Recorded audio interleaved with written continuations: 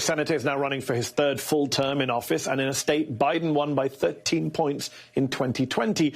Bennett's now warning of a tough road to November's midterms. He knows a thing or two about tough races. After his 2009 appointment to the Senate, Colorado's state GOP branded him an accidental senator, as Bennet had never held office. But the newcomer proved he was no accident, eking out a tight win for his first full term in 2010 and a more decisive 2016 win.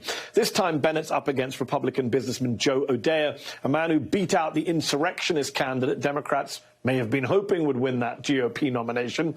Bennet knows it'll be a tough race, especially when you're in the same party as an increasingly unpopular president who's been stuck leading a country during a pandemic, rising inflation, and a blocked agenda.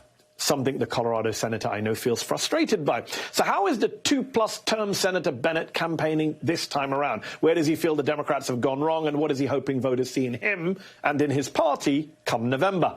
Let's ask him. Colorado Senator Michael Bennet joins me now. Senator, thanks so much for coming on the show. As of Sunday, we're 100 days until the midterms. You're running to keep your seat, and you yourself have said it's going to be a tough race. What is your main message at this point in the campaign? What are you running on exactly, given you have a president in office whose popularity is at an all-time low? How do you work around that? My main message is that we need an economy that when it grows for everybody, not just the people at the very top. For 50 years, we've had an economy, basically since Ronald Reagan became president and brought his trickle-down economics to Washington, D.C. We've had an economy that's worked really well for the top 10% and not for anybody else. And in Colorado, people can't afford a combination of housing, health care, higher education, or early childhood education. I'm fighting to change that. You know, we got to save this democracy. We need to create an economy that really works for families and gives people a sense that they're making a productive contribution to the economy and to the society. And you've got this big reconciliation bill now on the table, thanks to the Schumer-Manchin deal on Wednesday. If the budget reconciliation passes, still a big if, it will be huge, yes, but will it move voters, I wonder? Because last November, Biden signed the big Infrastructure Investment and Jobs Act, the BIF, into law. It was landmark legislation meant to overhaul the country's roads, bridges, broadband. You said at the time, and I quote, "We can reaffirm the American people's faith that our democracy can deliver change in their lives." And yet Americans don't really know about this change you've helped bring about. A recent poll by the Third Way think tank found that most voters don't even know this happened. 30% think it's still being worked on. 37% don't know the status of it. Only 24% of Americans know it's law. That's a huge messaging problem for the Democrats, is it not? If a tree falls in a forest and no one hears it, no one's going to care about that tree. You're right about that. That's what this 100 days is really about. I mean, there's almost not a weekend. When I go back to Colorado, which is every single weekend, there's almost not a weekend where I'm not doing something that has to do with infrastructure. And it's a great story. People come out, Republicans and Democrats from across the state. I think that will be true if we pass this reconciliation package as well.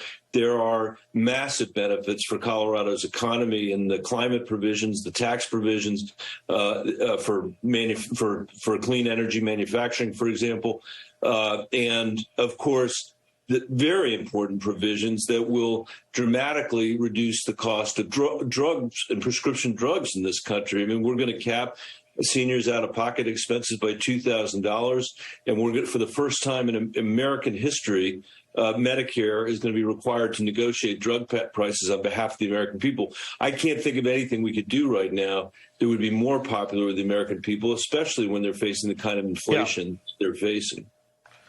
So let me ask you this question. If you guys get hammered in the midterms, we all know there will be a kind of PostMortem, and there's already rows going on within the party between the various wings. There are those who would say, you know, there's a centrist, quote unquote, moderate centrist. You're identified as one. There's progressives like Elizabeth Warren, who I was speaking to yesterday. The progressives would say that Joe Biden and the Democrats were doing really well at the beginning of 2021 when they were doing lots of ambitious, radical, progressive things, the American Rescue Plan, sending checks out to people, spending money. And as they became more moderate and restrained, perhaps pushed by Manchin and Sinema, you became less popular. What is your response to that argument? I don't agree with that. I think first of all, I'm not even sure I agree with the characterization of progressive versus moderate, but let's put that to the side.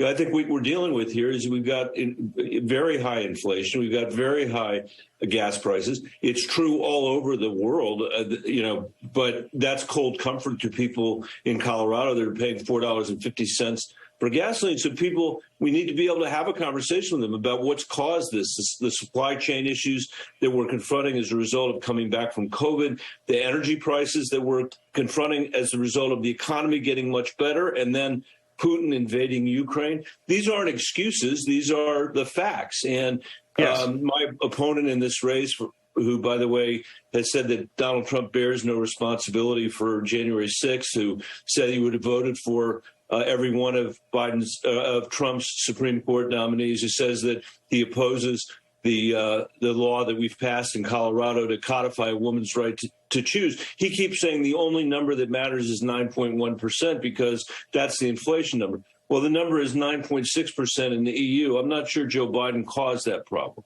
We have to be out there explaining this, and we have to win, by the way. I don't want to talk about postmortems today. We have to win. The democracy is at stake. This is not just about people being on the – this is not just about the names on the ballot.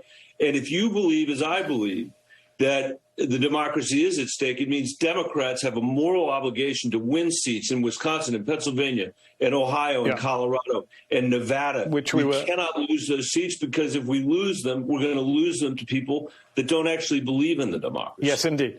As we were just discussing earlier, you're right, especially in places like Michigan. Let me ask you this, though. You brought up, and by the way, on the post-mortem point, it's a fair point, but it's a pre-mortem right now because your party's already discussing who's to blame for what's going on. But let me just ask you this. You mentioned your opponent's views on January the 6th. I'm glad you mentioned those views because a lot of the polls recently show that Democrats' prospects for November have improved.